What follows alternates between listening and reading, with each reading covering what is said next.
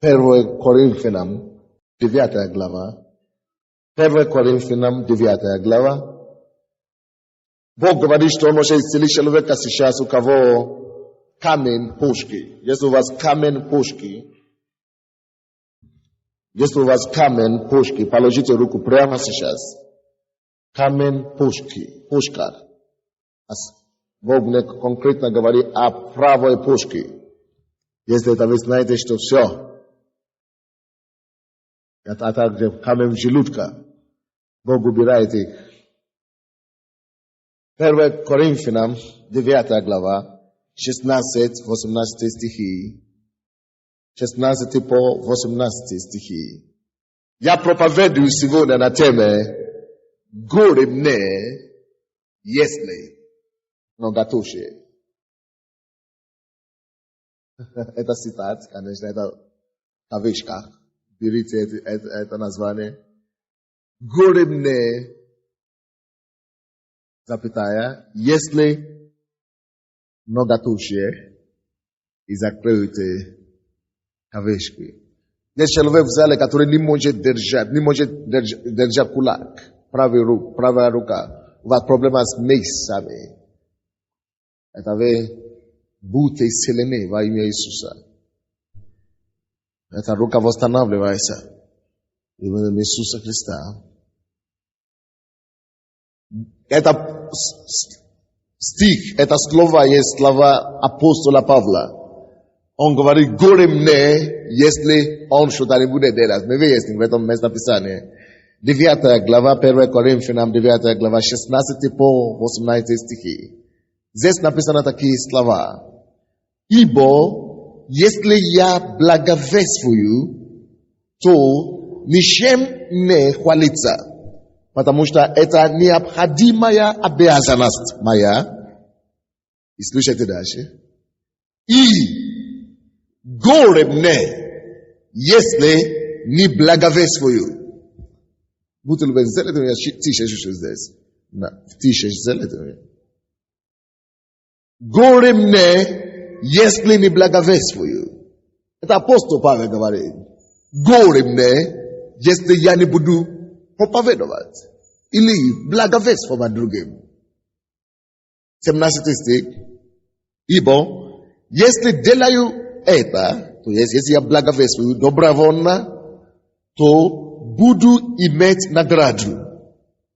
А если не добровольно, то исполняю только верное мне служение.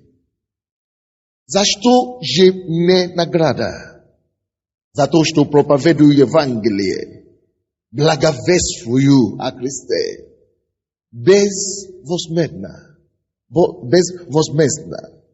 Не пользуясь моей властью, благовествовали.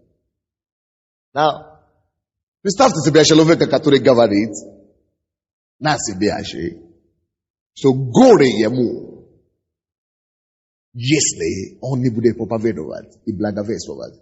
Now, благовествовать, это не просто проповедовать, это проповедовать благую весть, не просто словами, но и делами. То есть, иными словами, он говорит, горе мне, если я не буду рассказывать людям об Иисусе. Горе мне, если я не буду рассказывать людям о спасении. Горе мне, если я не буду нести людям духовность. Горе мне, если я не повышаю духовную жизнь и уровень жизни людей. Горе мне, если я не делаю добро моему ближнему. Горе да будет мне, если я не распространяю любовь в обществе. Горе мне, если я не способствую других делать добро.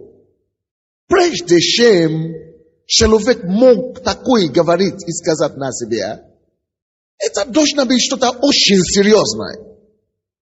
Горе, это то же самое, как сказать, если бы он сказал, проклятие мне, беда мне,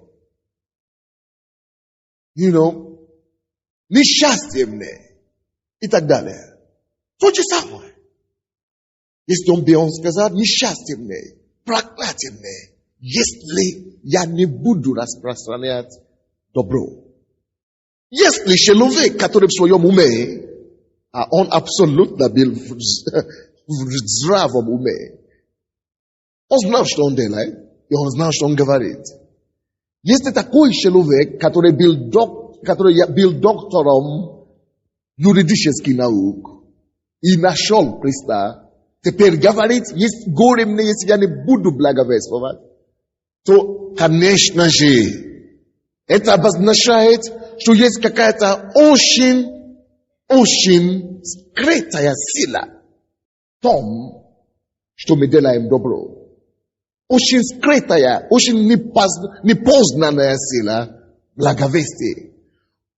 Это значит, это на самом деле есть самое важное, что мы могли бы делать в жизни. Делать другому добро и поощрять других распространять добро, благовестие. Самое главное в жизни это не деньги. Самое главное в жизни не положение. Самое главное в жизни это не карьеризм. Самое главное в жизни это жизнь человека. И это самое главное, жизнь человека разрушается как ничто злом. Зло уничтожает злого. Потому что последствия греха есть смерть. Зло и грех разрушает не просто физическую жизнь, разрушает эмоционально. Зло и грех разрушает семьи. Зло и грех разрушает здоровье. Зло и грех разрушает счастье. Зло и грех разрушает все прекрасное, которое Бог дает людям. Окей. Но добро есть единственная сила, которая способна победить зло. Если самое главное в этом мире есть жизнь человека, а Библия говорит нам, первое послание Иоанна, 5 глава, 19 стих. 1 Иоанна 5, 19. Что весь мир лежит во зле. Весь мир лежит во зле. Значит, вы можете встречать неправду, обман, зло, убийство, нечистота, блуд, измена, прелюбодеяние, гнев, унижение другого человека, оскорбление. Вы можете встречать таких вещей повсюду в мире. Мы это называем одним словом зло. Весь мир лежит во зле. Если весь мир лежит во зле, значит зло угрожает всех людей. Зло угрожает каждую семью. Зло – это то, что угрожает каждый дом. Зло – это то, что угрожает каждый бизнес. Зло – это то, что угрожает каждого ребенка. Зло – это то, что угрожает каждого брака. Зло – это то, что у нас есть, что может уничтожить нас. Зло – это то, что приводит нас. Или результат зла – это то, что приводит нас к расстройству эмоциональное, духовное, физическое расстройство.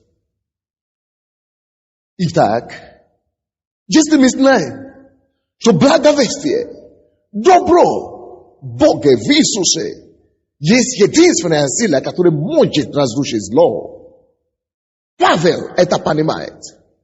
И поэтому Павел говорит, слушайте, друзья, скажите, что вы хотите, обзовите меня как хотите, Скажите, что я глупый, я ничего не знаю, я сам с ума сошел, я дурак, я не умный. Что вы хотите? Скажите обо мне на мой адрес. Вы скажите. Но поймите, друзья, я выяснил для себя одно. Самое главное, за что стоит жить, это чтобы распространять благое вестие во Христе Иисусе. Это распространять добро по всей земле через силу благовестия. И горе мне, если я это не буду делать. Я не знаю, если это оскорбительное слово или нет. Но плевать мне, что я доктор наук. Плевать мне, что я дворянин в обществе. Не плевать на то, как люди думают, или как люди называют меня. Но, друзья, у меня другая цель в жизни. Я больше не живу для себя. Если я раньше искал своего, если я раньше искал себя через карьеру, если я раньше искал себя через науку, если я раньше искал себя через самоутверждение и эгоизма, теперь я хочу только одно делать. Распространить добро по всей земле и уничтожать, где бы я не встретил зло силою Евангелия. Это то, что он говорит. И он говорит, братья, друзья, я вам заявляю, я посвятил свою жизнь этому, я посвящаю себя этому, и горе мне, если я не буду благовествовать. Он знал, что он говорит. Он знает абсолютную неизбежность и необходимость Евангелия для человеческой жизни. Благодаря Евангелию, кого Бог исцелил от наркомании. Станьте на ноги, быстренько, раз, две. Видите результаты Евангелия. Видите результат Евангелия. Представьте, благодаря Евангелию, кого Бог исцелил от алкоголя или в семье, восстановил семью, исцелил, освободил от алкоголизма. Быстренько, станьте на ноги, мы быстренько видеть вас.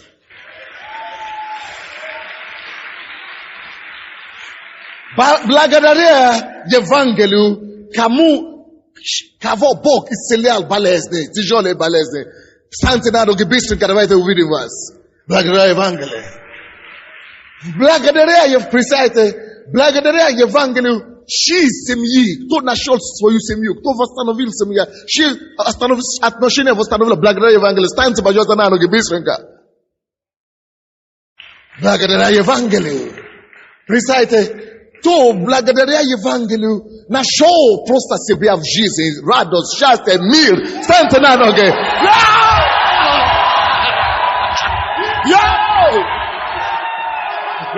Yes!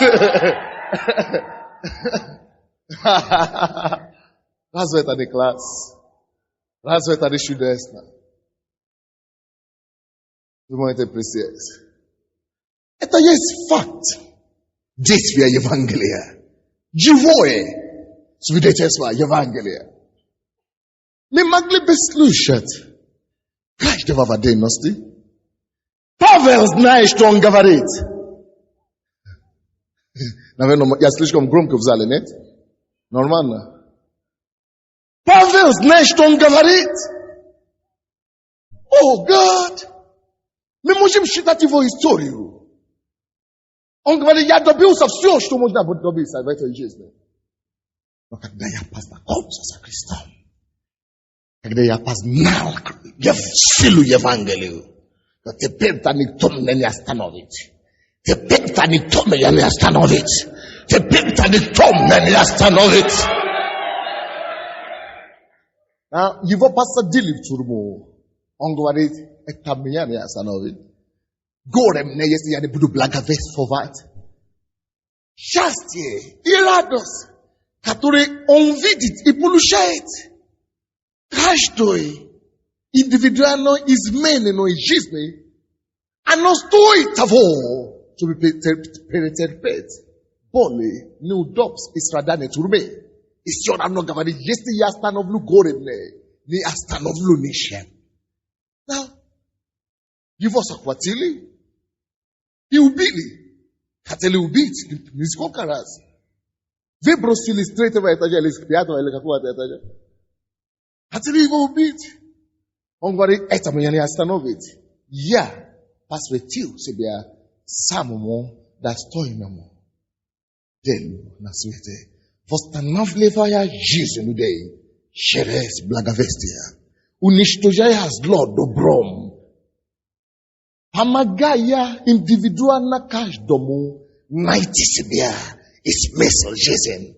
Itak goremne. Sam sebia stavizadashu. Sam sebia. Yes the ya. Ne budu blagavestia. Como je tak skaza сегодня?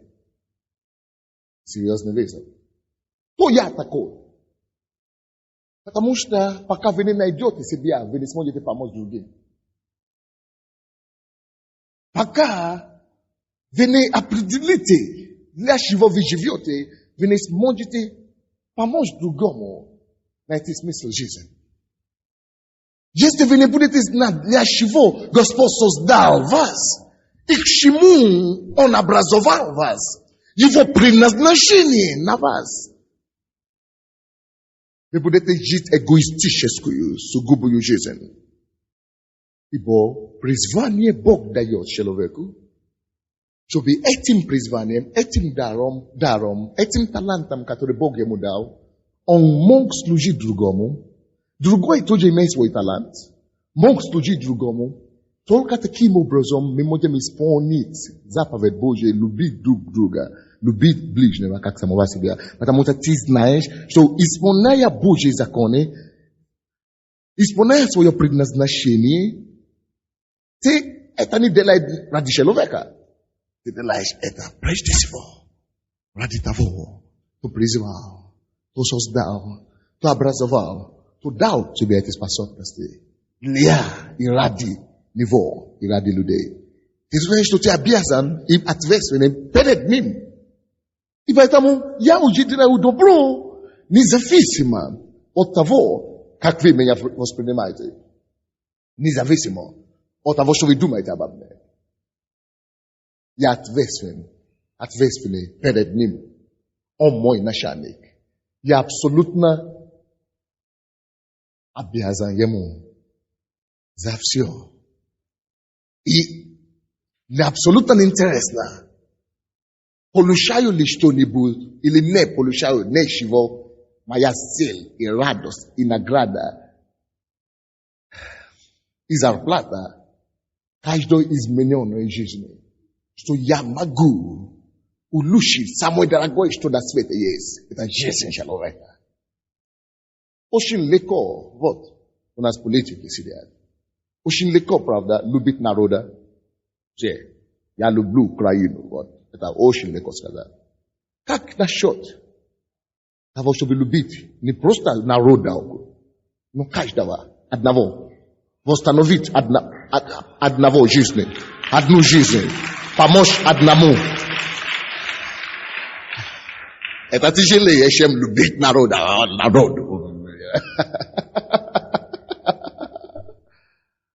Но видите, когда мы ответственны перед Богом, мы заинтересованы. Не просто карту. Мы не заинтересованы просто в карту Украины. Я люблю Украину вот, на карте. Но. Мы заинтересованы об одной судьбе. О каждом человеке. О его жизни. Вот самая большая ценность. Это то, что делает Евангелие. Как объяснить? Одна журналистка приходила сюда 2 недели назад. Она задает вопросы, она скептик. Задавала вопросы разные. Я говорю, хорошо, как вы объясните тот факт, что просто слушая слово, человеческое слово, без исправительной колонии, без тюрем, без наказания и угрозы, без денег, просто слушая меня, проповеди, Слово Божие, преступники приходят и перестают быть преступниками. Люди, которые сидели Ili который believe мафи. Или вы рекете, приходят в церковь и становятся, бросают это дело, каются в своих грехах и становятся благочестивыми людьми. Она говорит, я не верю, покажите мне от одного. Я говорю, класс. Я вам покажу 100.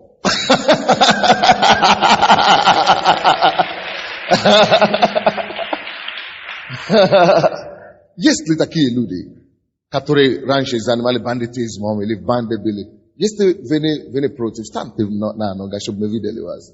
Есть ли такие люди? Люди не стесняются. Люди не стесняются. Люди не стесняются.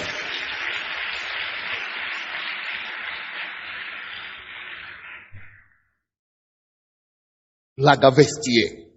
Горе мне, если я не благовествую. Горе мне, если я не изменю таких людей. Не силою, но. Абсолютно не. Не воинством, но. Абсолютно не. Не какими-то... Но успокойся. Евангелие. Павел знает, что это такое. Он видел, как Бог его изменил. Он сам был убийцем. Он хотел убивать христиан. Он думал, что христиане заблуждаются. Он искренне заблуждался. И Бог явился ему. Остановил его. Иисус говорит ему, ты гонишь не этих верующих, ты гонишь меня. Я, Христос, за которого ты гонишь моих последователей. Это меня ты гонишь. Он упал без прикосновения Бога на землю и стал слепым. И начал умолять Бога. Господи, что мне делать? Со всеми его регалами, шинами. Когда он открыл себя Бога, послушайте его слова. 16 стиха. Ибо, если я благовествую, то ничем не хвалится. Абсолютно, я не хвалюсь, что я проповедую, но это не профессия. Ничем не хвалится. Каждый должен это делать. Каждый должен уничтожить зло. Каждый должен нести добро в своей жизни, своим свидетельством, на своей работе, транспорте, в своем доме, в своей семье. Ничем не хвалится. Я не герой. Я абсолютно ничего не сделал. Я не помог этим людям, не я. Бог помог им. Как? Я просто рассказываю им, что Он есть, что Он может помочь им, что Он есть Бог, любящий, добрый, заботливый, чтобы они смотрели на Него. Они смотрят на Него, обращаются искренне, и Он приходит, помогает им. Я тут ни при чем. Я тут ни при чем. Ни с чем не хвалиться. Потому что это необходимая обязанность моя. Это необходимая обязанность. Давайте скажем. Нести благовестие. Это необходимая обязанность моя. Нести добро над злом – это моя обязанность. То, что Павел говорит. Он понимает это. Не стеснялся говорить об этом. Потому что он знает силу Бога. Это самая немудрая вещь. Стеснялся. То, что Бог может помочь людям. Это абсолютно примитивно. Это потому что ты не знал себя еще. Поэтому я говорил вначале. Если ты не откроешь себя, если ты не найдешь себя, прежде всего, ты не сможешь никому помочь. Ты будешь стесняться. Ты будешь думать, что ты хуже кого-то. Ты не можешь быть в Боге, быть хуже кого-то. Ты не можешь быть во Христе и быть хуже кого-то. Може би ти менше знає. Но по суті, ти творення Бога. Ти на вершине. Ти важний. Ти возвеличений. Ти дитё самого Бога. Ти познаний Богом. Ти не уступаєш по суті. Потому что человек по своей сути не есть совокупность того, что у него есть или окружает его. Он есть совокупность его содержания. А по содержанию я мить и очищен. Я живу праведно. Я живу высокую жизнь.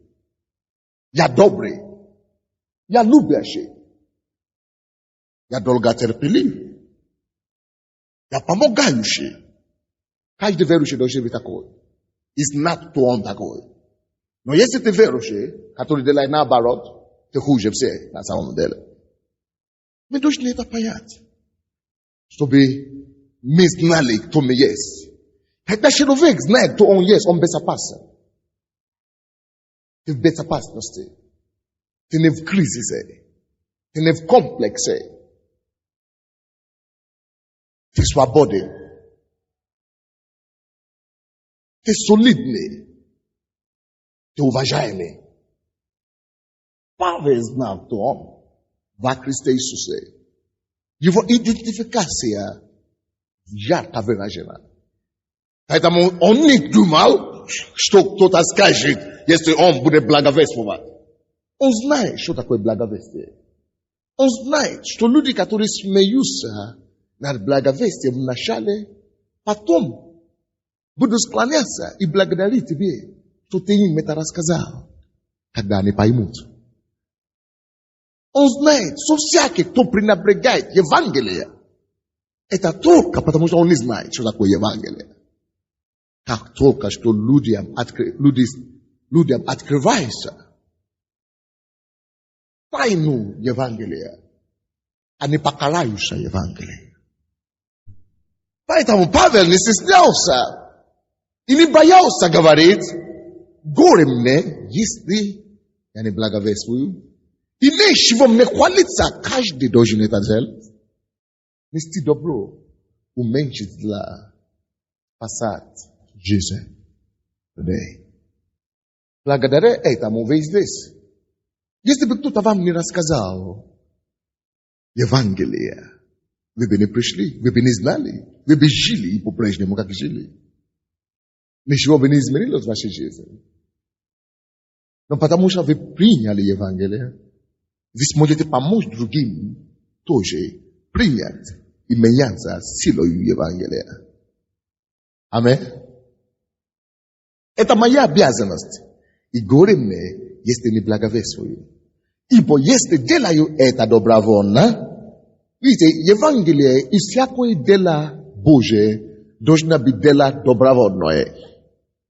Если ты делаешь что-нибудь для Бога, и это с принуждением, перестань это делать. Богу это не нужно. Всякое дело, которое мы делаем для Бога, должно быть какое? Добровольно, абсолютно. Почему? Посмотрите 17 стих. Ибо если делаю это добровольно, то буду тогда иметь награду. Бог вознаграждает только тем, которые добровольно служат Ему. И добровольно делают все, что они делают во имя Его. Не из-за зарплаты, не из-за давления, не из-за... Не знаю еще, почему люди... Разные у людей есть мотивации. Но мы это делаем добровольно. Аминь. А если не добровольно, то исполняю только верное мне служение. За что же мне награда?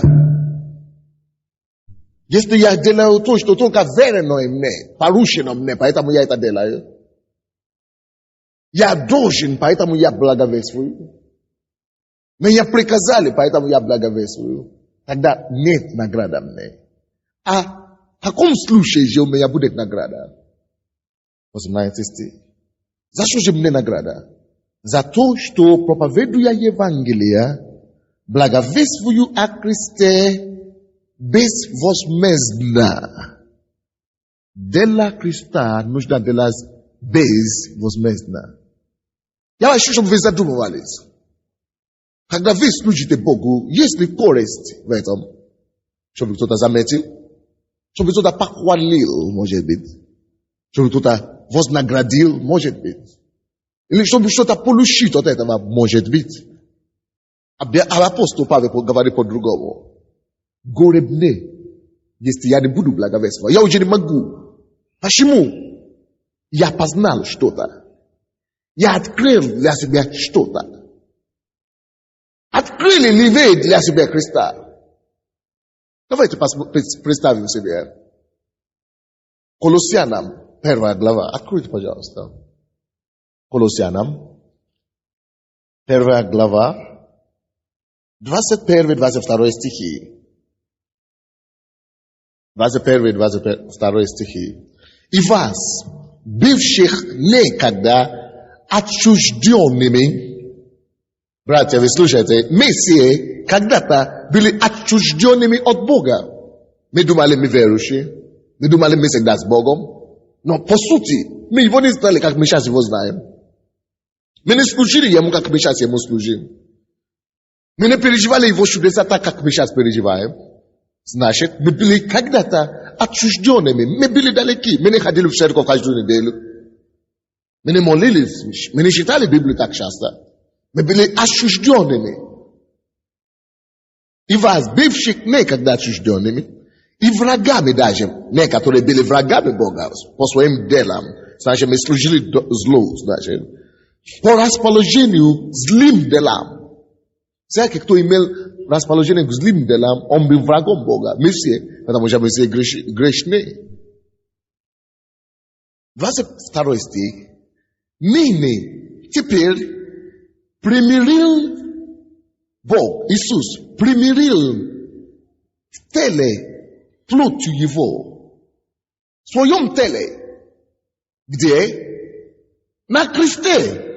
Он примирил нас, которые были чуждыми, которые были далекими, которые были отчужденными, чтобы приобрести нас к Богу, чтобы мы не были потерянными, чтобы мы не попали в ад. Он своей жизнью, своим телом отдал, искупил, своей жизнью, своим телом примирил нас на кресте, отдал, чтобы его распяли, чтобы его убили. Примирив теле плотью его, смертью его, искупил меня. Зачем? Зачем ему это нужно? Кто я такой для него? Чтобы жизнью своей, смертью своей меня привлечь, вернуть Богу. Почему? Очень просто. Он знает, что есть рай. Он знает, что есть ад. И он знает, что вся жизнь здесь на земле. Сколько бы ты здесь не жил? 100 лет? 150? Или 70? 50? 70? 80 лет? Что это всего лишь ерунда в сравнении с вечностью. Бог был заинтересован. Иисус заинтересован, чтобы моя жизнь, моя вечная жизнь, оставшаяся жизнь, основная жизнь, не была проведена в аду. Я не знаю, есть ад или нет. Но он знает. Он был там. Он оттуда пустился. Он говорит, я докажу тебе, что есть ад. Но я хочу доказать тебе, что не стоит туда идти. Я отдаю свою жизнь на это, на карту. Я свою жизнь доказываю это. Своей смертью я умру, чтобы ты понял, чтобы дошло до тебя, что нельзя делать Божий грех. Что не стоит служить дьяволу и злу на этой земле. Ja dam Jesus. Så vi det må passerit, så jeg etter sprafne. Så det nada i tif at. Smith you yivo, primiril meya. Ashush dionava. Krishnava. Dalyokava. Satsum. Bogom. Så vi mon gisni vishno. Rayu. Zashem. Biza intereso mamne. Zashem. Toya. Nikto. Pashimu. Потому что он создал меня. Он не хочет, чтобы я пропал. Он любит меня. И всякого. Чтобы каждый потом, кто пойдет в ад,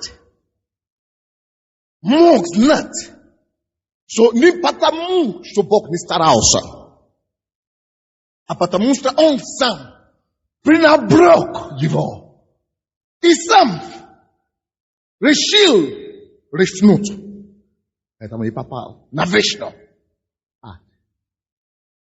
Как его зовут? Австрийский. Или кто? Австрийский. Жизнь, как он там сказал, дана человеку однажды. И ее надо прожить так, чтобы не было мучительно больно за бесценно прожитую жизнь. Один раз, один шанс. Бог это знает. Но Иисус это знает, что один раз только прогулял этот шанс, потерял этот шанс, ты пропал. Поэтому он был готов рискнуть жизнь, отдать жизнь. Чтобы это доказать, пожалуйста. Потому что после этого одного шанса это суд, либо в аду уже, либо в раю уже будет. Мы решаем здесь, сейчас, кому мы будем принадлежать, кому мы будем служить, где вечность мы будем провести. Иисус это сделал. Об этом говорится здесь. Павел тоже это пишет. Вот почему он теперь говорит, если он отдал свою жизнь за меня, если он, Боже мой, пошел на крест, чтобы я не пропал, то горе мне тогда, если я не буду благовествовать о нем, то горе мне тогда, если я не буду жить для той ценности, ради чего он умер, то горе мне тогда, если я не буду бороться, чтобы уничтожить зло, то горе мне тогда, если я не буду распространять добро посредством Евангелия его, то горе мне тогда, если я не буду вытащить людей из ада, из пути в ад, из широкой дороги и привести их в Царство Небесное. Горе мне, если я не благовествую. Я был осужден. Я был потерян. Я его не знал. Я думал, у меня было все в порядке. Я думал, я все правильно делал. Я думал, я доктор наук. Я все знаю. Я уважаемый в обществе. Но здесь написано, и нас, бывших некогда отчужденными и врагами даже иногда, по расположению к злым делам, 22 стих, ныне, теперь, сейчас же, примирил теле, плотью его, смертью его, чтобы доказать мне, чтобы убедить меня, чтобы спасти меня, чтобы представить вас, чтобы представить тебя. Иисус знает вас по имени. Иисус знает твое имя. Иисус видел и знал все о тебе. Он рискнул, отдал все, пожертвовал себя из-за тебя. Ты известен ему, для него. Ты важен. Его глаза. Все это сделал ради чего? Я абсолютно недостойный, чтобы представить вас. Знаете, какими? Святыми. Поэтому это отвратительно, если человек назовет себя христианин и не святой, и грешит, и дурит других, обманывает, делает зло. Это абсолютно отвратительно. Бог все это сделал, чтобы тебе наконец-то сделал принять им. Святым, представить вас святыми. И чтобы представить тебя непорочными. Поэтому он пролил свою кровь, чтобы очистить. Представить непорочным. И не повинный перед Богом. За это он свою кровь, свою жизнь подкрепил. Это как штамп, который не чернилом штампирован на крови его. Чтобы я мог быть принятым Богом Отцом. Все раньше ты прощен. Но прелесть этого дела в том, что каждый теперь человек может быть вот так же просто спасен, ощущен, избавлен, искуплен, воспринятым, изменен, восстановлен. Как? Если он услышит благовестие, если он воспримет благовестие, автоматом это происходит. Если это так просто, тогда я, Павел, говорю, горе мне, если я не буду это делать. Так просто рассказать людям. И они веруют. И они меняются. Перестают быть преступником. Исцеляются от болезней. Уходят из мафии. Прекращаются быть бандитом. Так просто. Тогда горе мне, если я не буду распространять такое Евангелие.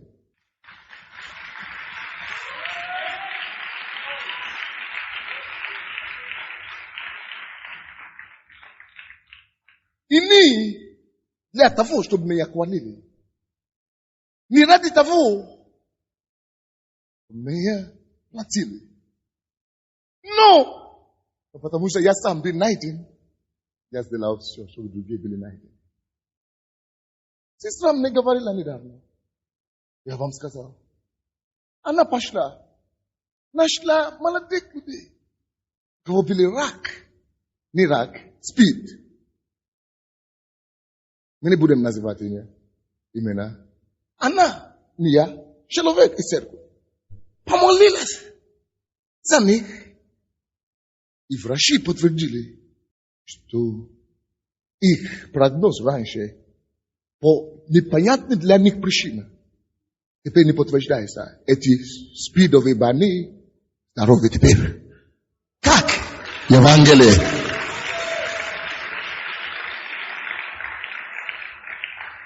Евангелие. Евангелие. Евангелие. Иисус. Горе мне. Горе мне. Потому что я не платил за это. Горе мне, если я не подарю это другим. Потому что я не искал это сам. Горе мне, если я не помогу другим это найти. Потому что я не заслужил это. Горе мне, если я не открою другим глаза, чтобы это видеть.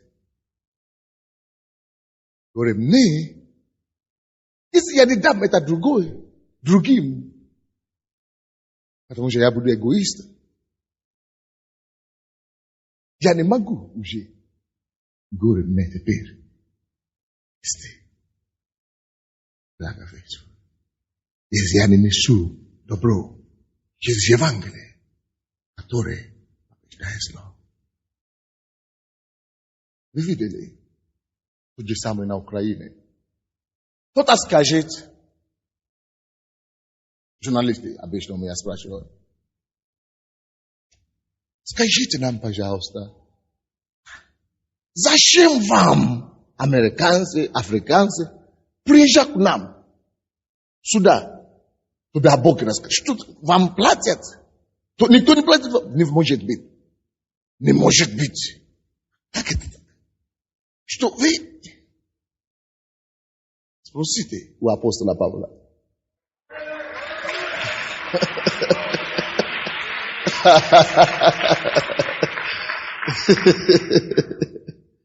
Дорогие мои, заключение я хочу вам сказать словами Иисуса, Матфея 5, 14-16.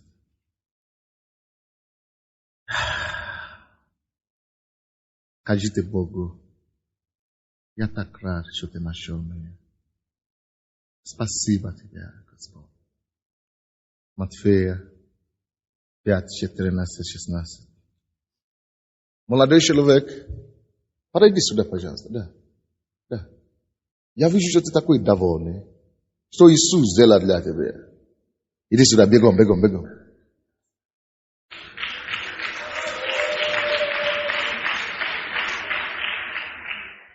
Ты ходишь туда-сюда.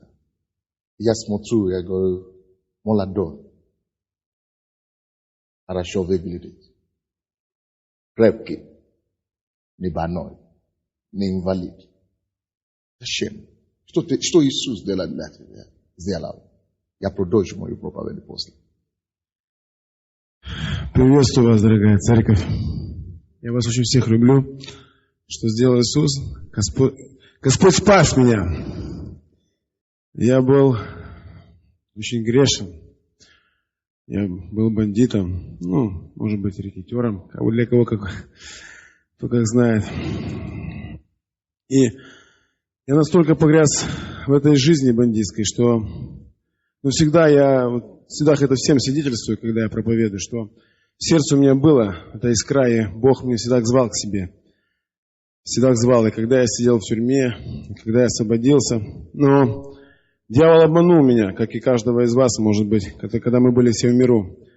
Он обманул меня, он сказал, ты сильный, ты крепкий, я тебе дам много денег. Да, он мне давал много денег. Я выигрывал даже в казино очень большие суммы. Я ездил за границу, я имел, скажем так, в кавычках, друзей. Но эти друзья и эта жизнь меня действительно завела в такой тупик. Если я просто не могу вам сейчас это все рассказать, потому что это очень долго рассказывать. Но, одним словом, у меня были очень большие проблемы. Я был в розыске. Я вам сейчас засвидетельствую, только это единственное, а потом остальное, когда будет у меня другая возможность. Я уехал 1,5 года назад в Германию, я сделал себе другие документы на другую фамилию совершенно. Вот. Уехал, я прожил год в Германии, вернулся сюда, а я думал, что я в розыске. И вот перед самым, где-то за месяц до покаяния, я узнал, что я не в розыске. То есть, чтобы абсолютно я не подавал никто на меня в розыск. И когда я покаялся, вот сидит сестра, моя девушка Саша, она засвидетельствовать может, что я при ней порвал паспорт этот. Я порвал эти документы, все уничтожил, и я сказал, что у меня есть мой паспорт небесный, мне не нужен, то есть Господь меня оберегает, и у него для него есть для меня план. Вот. Я вам скажу честно, что вот сегодня заходил ко мне друг, вот мы с ним были когда-то вместе, я ему говорю, он мне говорит, как можно, говорит, без денег быть счастливым? Я говорю, ты просто... Я ему говорю, ты понимаешь, просто дьявол для тебя закрыл твои глаза. Ты думаешь, что ты физически смотришь, ты видишь, но ты не видишь ничего. Я смотрю духовно, понимаешь, я спасен, у меня это в сердце. Мне не нужно это нигде читать. Да, это у меня в сердце, это мне дал Господь, Господь Иисус Христос. Он меня спас, Он меня наделил радостью, Он решил все мои проблемы. Вот, он нашел мне работу, все абсолютно. Он мне дал друзей. Он мне дал служение в церкви. Я пришел в эту церковь, и я считаю, что это мой дом. И я здесь хочу служить и проповедовать, и только как Бог мне покажет. Я вас очень сильно всех люблю, и пусть вас Бог благословит. Спасибо. Как тебя зовут? Игорь. Попозже. Я закончу проповедь. Спасибо. Он тоже хочет рассказать. Если мы будем слушать всех, будет долго очень. Давайте откроем этот Матфея. Евангелие от Матфея, 5 главу. Это только один пример. Игорь, спасибо, что ты не постеснялся рассказать маленькую историю. Он говорит, это только одну сторону его истории. Никто здесь не стесняется после того, как Бог его освободил. Мы счастливы, что мы найдены были, как Павел был найден. Поэтому, почему бы такой человек не говорит, горе мне, если я не буду рассказывать? Ну, слушайте, я живой пример. Я живой свидетельство. И горе мне, если я не буду благовествовать. Каждый из нас может это сказать. Иисус говорит, 14 стих, по 16. Слушайте. Вы, которые найдены, вы, которых я спас, вы, в кого я вошел, вы, чьи жизни я изменил, вы, кого я наполнил Евангелием, вы, кого я примирил с Отцом. Говорит дальше. Вы свет миру. Этим самым Бог говорит нам, что приходя ко мне, я зажег вас. Он зажег в нас свет. И сделал нас свет мира. Что это обозначает? Это обозначает, что этот весь мир был бы во тьме, если бы не был в них христиан настоящих. Что это обозначает? Более подробно вам, слушайте. Это значит, мир бы был покрыт злом. Одно зло было бы на этой земле, если бы не был христиан. Вы, будь уверен в себе, ты есть свет. Ты есть свет. Ты скажешь, но есть другие неверующие люди в миру, которые лучше, чем христиан, которые лучше поступают, чем христиан. Теперь послушайте. Суть света и добра не в поступках только. Суть света и добра в том, кому ты служишь, и то внутри тебя живет. Ты можешь быть самым святым человеком на свете, если в тебе не живет Иисус. Ты такая же тьма, как весь свет, как весь мир. Вы есть свет, не потому что вы такой хороший. Потому что я живу в вас. Потому что я спас вашего духа, вашего внутреннего человека.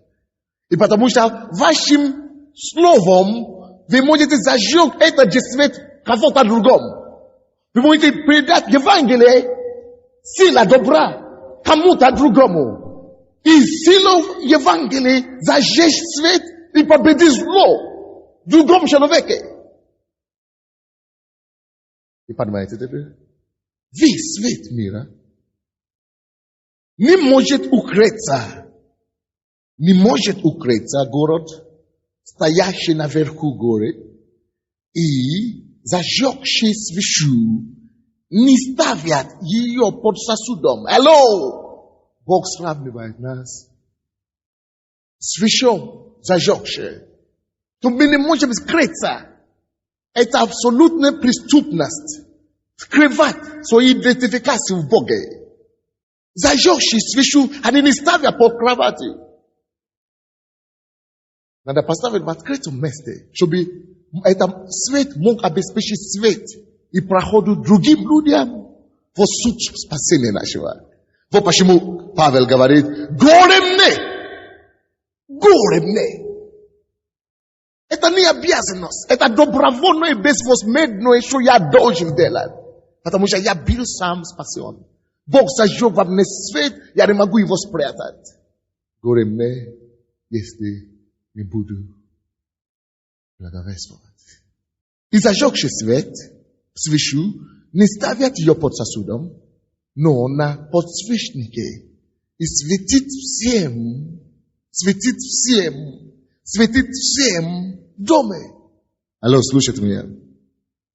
Друзья, есть свет, который Бог, слушайте внимательно, зажег ради кого-то после тебя. Есть свечу, который предназначен для сияния в доме. Алло. В вашей семье Бог решил вас спас. Или тебя спас. Потому что Он принял решение зажечь свет в вашем роду, в вашем доме, в вашем поколении. И чтобы, о Боже, чтобы паломничество в ад в этой семье прекратилось. Чтобы вагоны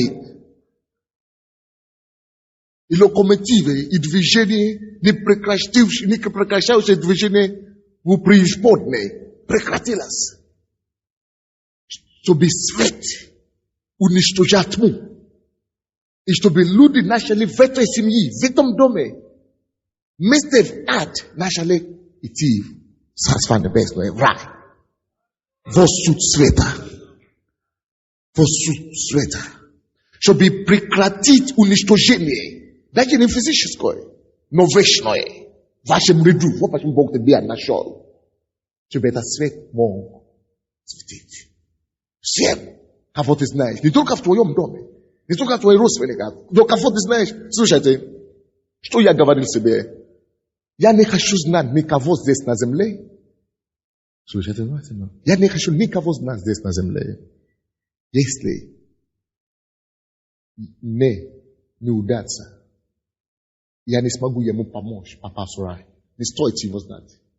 Я не хочу знать никого, которому бы я не смог бы помочь попасть в рай.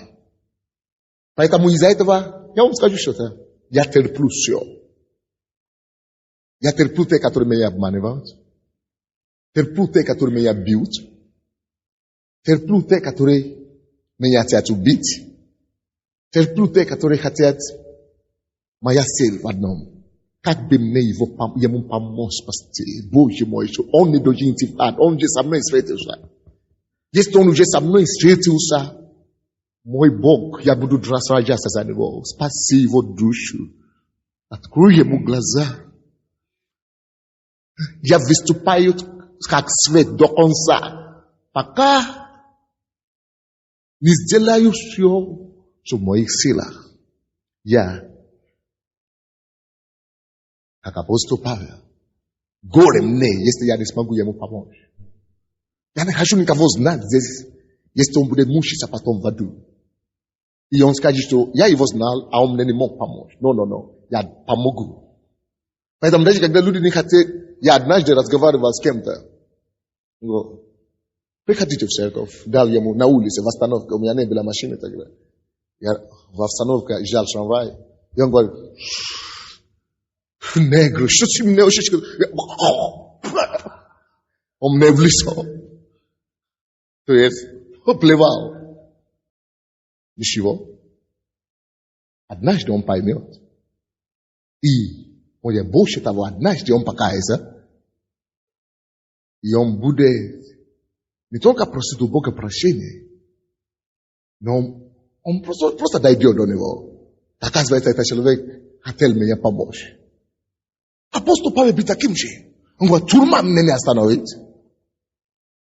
Убийство меня не остановит. Горе мне, если я не буду благовествовать. Вы присоединяетесь к нему? Вы есть свет. Бог сожег вас. Это ваше дело светить или укрыться. Мы будем стоять во имя Иисуса. Ми будемо святити во ім'я Ісуса.